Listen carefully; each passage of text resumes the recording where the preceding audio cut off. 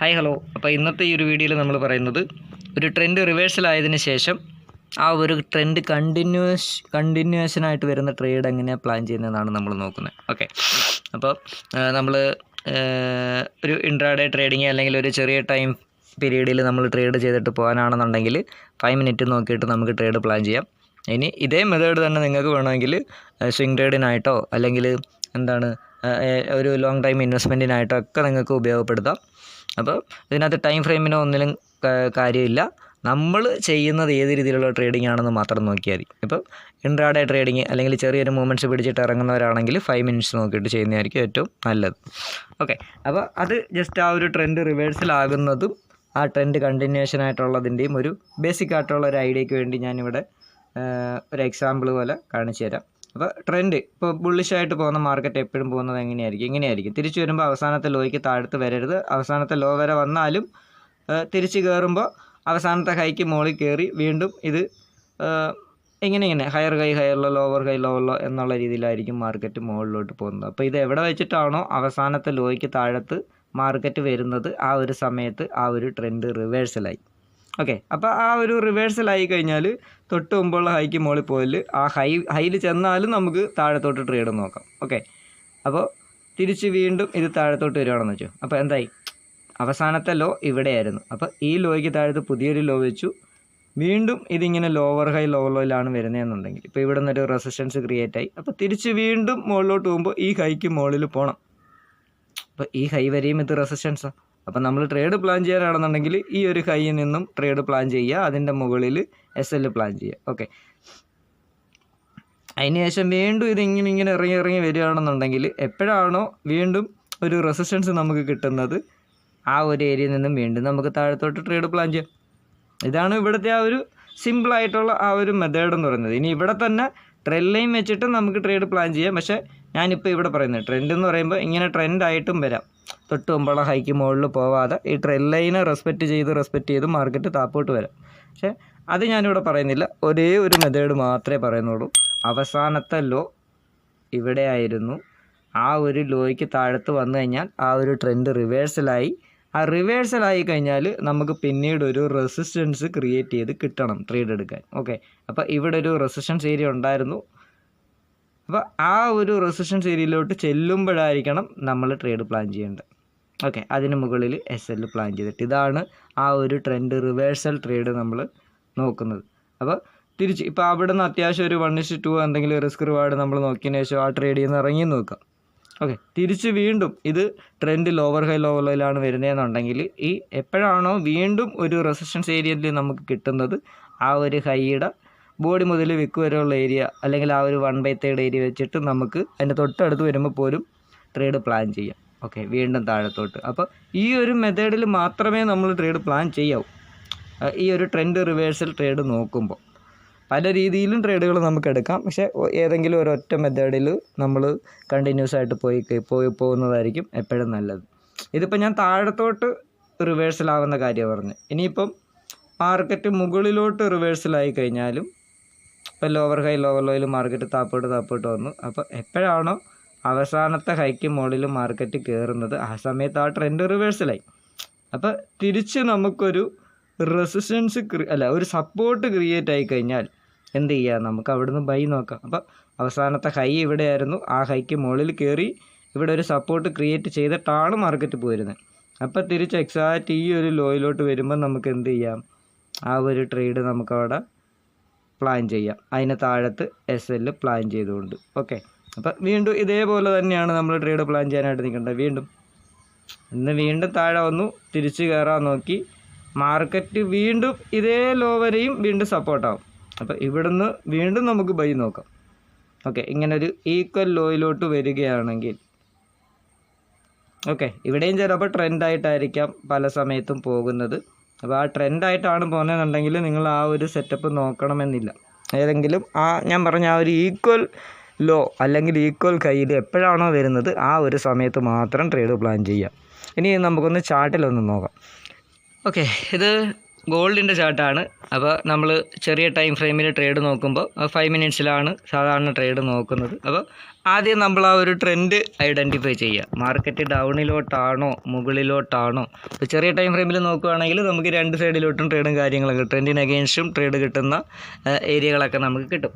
അപ്പോൾ higher time ഫ്രെയിമിൽ ആദ്യം നമ്മൾ എന്തായാലും നോക്കിയിരിക്കണം ആ ഒരു സിറ്റുവേഷൻ എന്തായിരുന്നു എന്നുള്ളത്. അപ്പോൾ ജസ്റ്റ് ഒരു വീക്കിലിയോ ഡെയിലിയോ ഒക്കെ എടുക്കുമ്പോൾ നമുക്ക് ആ ഒരു സിറ്റുവേഷൻ അറിയാൻ പറ്റും. ഇപ്പോൾ ഡെയിലി ടൈം ഫ്രെയിം നോക്കുകയാണെന്നുണ്ടെങ്കിൽ എന്താണ്, മാർക്കറ്റ് ഇപ്പോൾ വന്നുകൊണ്ടിരുന്നത് തൊട്ട് മുമ്പുള്ള ഹൈക്ക് മുകളിൽ പോകാതെ ലോവർ ഹൈ ലോവർ ലോയിൽ താപ്പോട്ടാണ്. അപ്പോൾ നമുക്ക് ആ ഒരു ഐഡിയ കിട്ടി, ഹയർ ടൈം ഫ്രെയിമിൽ മാർക്കറ്റ് താപ്പോട്ടാണ് വന്നുകൊണ്ടിരിക്കുന്നത്. അപ്പോൾ കൂടുതലും മാർക്കറ്റ് തന്നെ താപ്പോട്ട് വരാനായിരിക്കും ശ്രമിക്കുന്നത്. അപ്പോൾ ഡെയിലിയിൽ പോലും നമുക്കൊരു റെസിസ്റ്റൻസ് ഏരിയ അവസാനത്തെ ലോ കട്ട് ചെയ്ത് തിരിച്ചൊരു റെസിസ്റ്റൻസ് കിട്ടിക്കഴിഞ്ഞാൽ ഇപ്പം നേരത്തെ അവിടെ പറഞ്ഞ ആ ഒരു ട്രെൻഡ് കണ്ടിന്യൂഷൻ ട്രേഡ് പ്ലാൻ ചെയ്യാം. നമ്മളിവിടെ ചെറിയ ടൈം ഫ്രെയിമിൽ ഇൻട്രാഡേക്ക് വേണ്ടി ചെയ്യുമ്പോൾ 5 മിനിറ്റ്സിൽ വരിക. 5 മിനിറ്റ്സിൽ വന്നതിന് ശേഷം ട്രെൻഡ് നോക്കിയിട്ട് ഒരു റെസിസ്റ്റൻസ് ഏരിയ കിട്ടുകയാണെങ്കിൽ അവിടെ നിന്ന് നമുക്ക് ട്രേഡ് പ്ലാൻ ചെയ്യാം. ഓക്കെ, അപ്പോൾ ഇത് ഇവിടുന്ന് മുകളിൽ നിന്ന് താഴോട്ട് വന്നുകൊണ്ടിരുന്ന മാർക്കറ്റാണ്. ഇങ്ങനെ ഇവിടുന്ന് താഴെ വന്നു, ഇവിടെ നല്ലൊരു ബൈയിങ് പ്രഷർ വന്നിരുന്നു. ഓക്കെ, വീണ്ടും താഴെ വന്നു, ഇവിടുന്ന് ഒരു ബൈയിങ് പ്രഷർ പോയി, വീണ്ടും താഴെ വന്നു. അപ്പോൾ എപ്പോഴാണോ നമുക്കൊരു റെസിസ്റ്റൻസ് കിട്ടുന്നത് അവിടെ വെച്ചിട്ട് ട്രേഡ് പഞ്ച് ചെയ്യാവും. ഓക്കെ, ഈ ഒരു ട്രെൻഡ് റിവേഴ്സലിലെ ഈ ഒരു മെത്തേഡ്. അപ്പോൾ ഈ ഒരു ഹൈക്ക് എടുത്ത് വെച്ച് ആ ഒരു ബോഡിക്ക് എടുത്ത് വെച്ചിട്ട് നമുക്ക് ട്രേഡ് പ്ലാൻ ചെയ്യാം. അതിൻ്റെ മേളിൽ SL പ്ലാൻ ചെയ്തിട്ട് 1:2 1:3 അല്ലെങ്കിൽ തൊട്ട് താഴെ എവിടെയെങ്കിലും സപ്പോർട്ട് ഉണ്ടെങ്കിൽ ആ ഒരു ഏരിയ ടാർഗറ്റ് വെച്ചുകൊണ്ട് നമുക്ക് നോക്കാം. ചിലപ്പോൾ ഇങ്ങോട്ട് നോക്കുമ്പോൾ ഈ ഒരു ലെവലിൽ എവിടെയെങ്കിലും ഒരു സപ്പോർട്ട്, നല്ലൊരു സപ്പോർട്ട് ഉണ്ടായിരുന്നതാണ്. അപ്പോൾ ആ ഒരു സപ്പോർട്ടിലുണ്ടെങ്കിൽ നമുക്ക് ടാർഗറ്റ് വെച്ചിട്ട് ട്രേഡ് പ്ലാൻ ചെയ്യാം. ഇനി വീണ്ടും എപ്പോഴാണോ ഒരു റെസിസ്റ്റൻസിലോട്ട് മാർക്കറ്റ് വരുന്നത് ആ ഒരു സമയത്ത് നമുക്ക് ട്രേഡ് വീണ്ടും പ്ലാൻ ചെയ്യാം താപ്പോട്ട്. അപ്പോൾ ഇവിടുന്ന് വീണ്ടും മാർക്കറ്റ് ഇങ്ങനെ ലോവർ ഹൈ ലോവർ ലോയിലാണ് 5 മിനിറ്റ്സിൽ വരുന്നത്. ഓക്കെ, അപ്പോൾ ഇവിടെ അവസാനത്തെ ഹൈ വീണ്ടും ക്രിയേറ്റ് ആയി താഴത്തോട്ട് വന്നു. തിരിച്ച് കയറുമ്പോൾ ഈ ഹൈക്ക് മുകളിൽ സ്ട്രോങ് ആയിട്ട് പോകണം, അല്ലെങ്കിൽ ആ ഒരു ഹൈ വരെയും മാർക്കറ്റ് റെസിസ്റ്റൻസ് ആയിട്ട് തന്നെ നിൽക്കുക. എന്തായി, ഇവിടെ വന്നു, തിരിച്ച് മാർക്കറ്റിന് കയറാൻ പറ്റുന്നില്ല സ്ട്രോങ് ആയിട്ട്, അവിടുന്ന് വീണ്ടും താപ്പോട്ട് വരിക. അപ്പോൾ എപ്പോഴൊക്കെ നമുക്ക് ഈ ഒരു അവസാനത്തെ ഹൈയിലോട്ട് കിട്ടുന്നോ ആ ഒരു സമയത്തൊക്കെ നമുക്ക് താപ്പോട്ട് ട്രേഡ് പ്ലാൻ ചെയ്യും. ചില സമയത്ത് ലിക്വിഡിറ്റി എടുക്കാനൊക്കെ മാർക്കറ്റ് പോകാം. അപ്പോൾ അത് നമ്മൾ ജസ്റ്റ് ഒന്ന് അറിഞ്ഞു വെച്ചിരിക്കുക.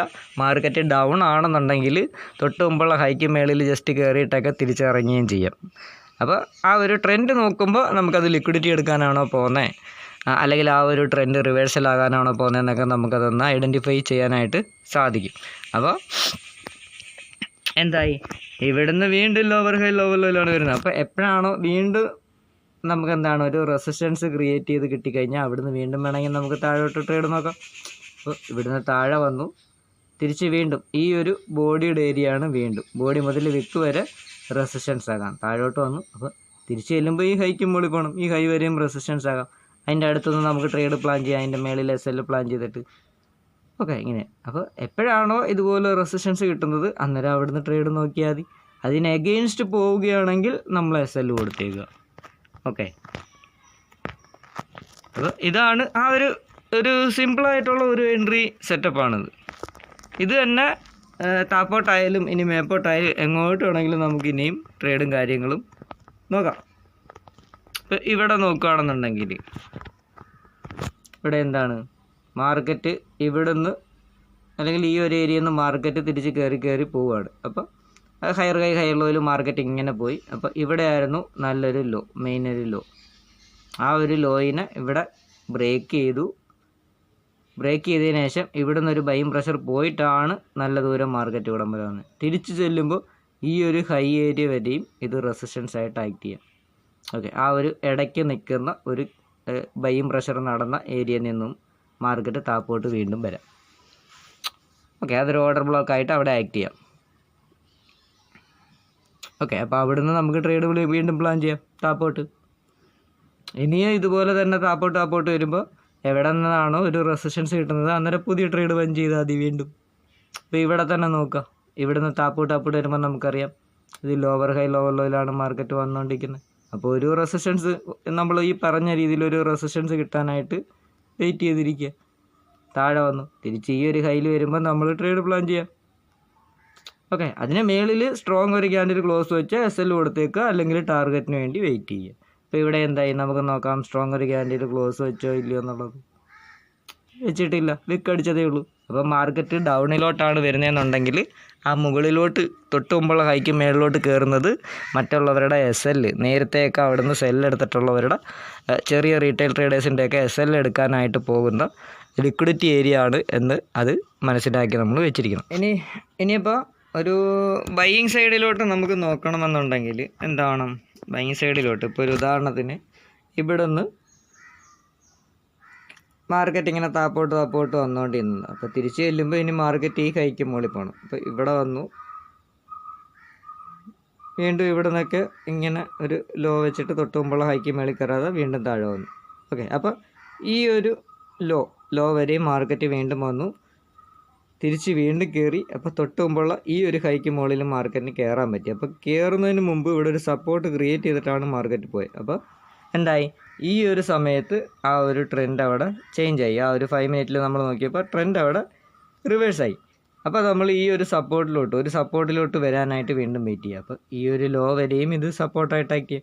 അപ്പോൾ ഈ ഒരു ലോയിൽ നമുക്ക് ട്രേഡ് പ്ലാൻ ചെയ്യാം. അതിന് താഴത്തെ SL പ്ലാൻ ചെയ്തിട്ട് ഒരു 5 മിനിറ്റ് ക്യാൻഡിൽ താഴത്ത് ക്ലോസ് വെച്ച് SL കൊടുക്കുക. അല്ലെങ്കിൽ ഒരു 5-10 പോയിൻറ്റ് നിങ്ങളുടെ ക്യാപിറ്റലിനനുസരിച്ച് റിസ്ക് മാനേജ് ചെയ്തുകൊണ്ട് ട്രേഡ് പ്ലാൻ ചെയ്യുക.